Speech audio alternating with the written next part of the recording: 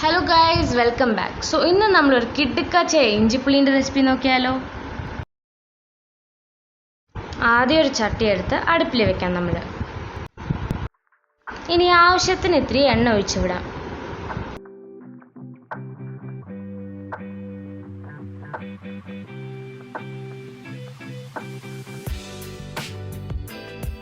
നമ്മളുടെ എണ്ണ ചൂടാവുന്ന നേരത്ത് ഇത്തിരി കടുക് ഇട്ടിട്ട് പൊട്ടിക്കാം.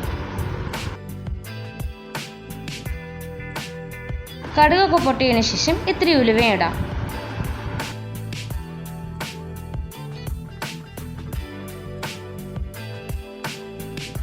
ഇവർ രണ്ടുപേരും ചൂടാവുന്ന നേരത്ത് ഇത്തിരി കറിവേപ്പിലയും കൂടെ ഇട്ട് പൊട്ടിത്തെറിപ്പിക്കാം. ഇനി നമ്മൾ 2 വറ്റൽമുളകും കൂടെ ഇടാം. ഇനി നമ്മളുടെ മെയിനായ താരം ഇഞ്ചിനെ തന്നെ അങ്ങോട്ട് ഇടാം.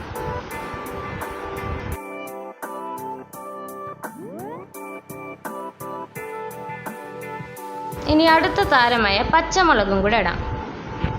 ഇവരൊക്കെ ചേർത്ത് ഒന്നങ്ങോട്ട് വഴറ്റി ഒന്ന് ചുങ്ങുമ്പോൾ നെക്സ്റ്റ് ഇൻഗ്രീഡിയൻസ്.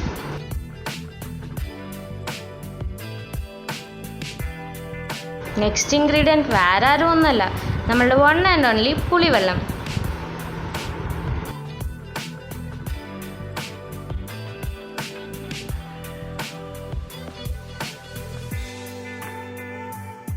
ഇനി കുറച്ച് മഞ്ഞൾപ്പൊടിയും മുളക് പൊടിയും ഉപ്പും ഒക്കെ അങ്ങോട്ട് ഇട്ട് നന്നായി മിക്സ് ചെയ്ത് സെറ്റാക്കാം.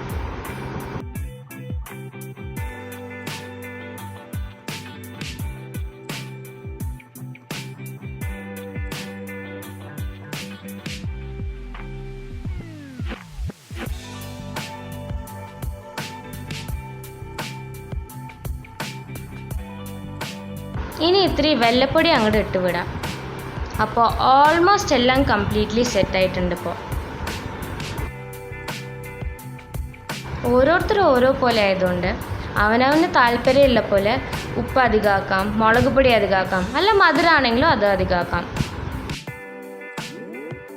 നമ്മൾ ഈ പുളി എടുക്കുമ്പോൾ മാക്സിമം ഒന്നങ്ങോട്ട് പഴയ പുളി എടുക്കാൻ ട്രൈ ചെയ്യാം.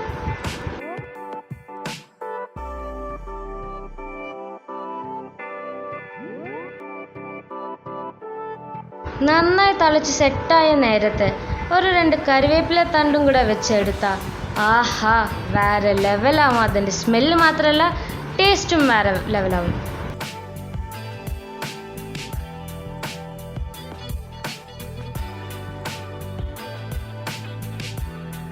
ഇനി ഒരു ജാറിലോ അല്ല ഭരണിയിലോ അങ്ങോട്ട് ട്രാൻസ്ഫർ ചെയ്ത് വെച്ചാൽ നമ്മൾക്ക് കുറച്ച് ദിവസങ്ങൾക്ക് യൂസ് ചെയ്യാം.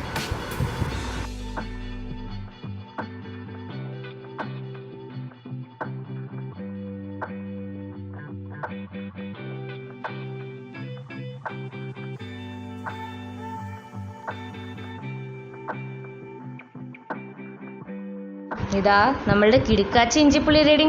Thanks for watching.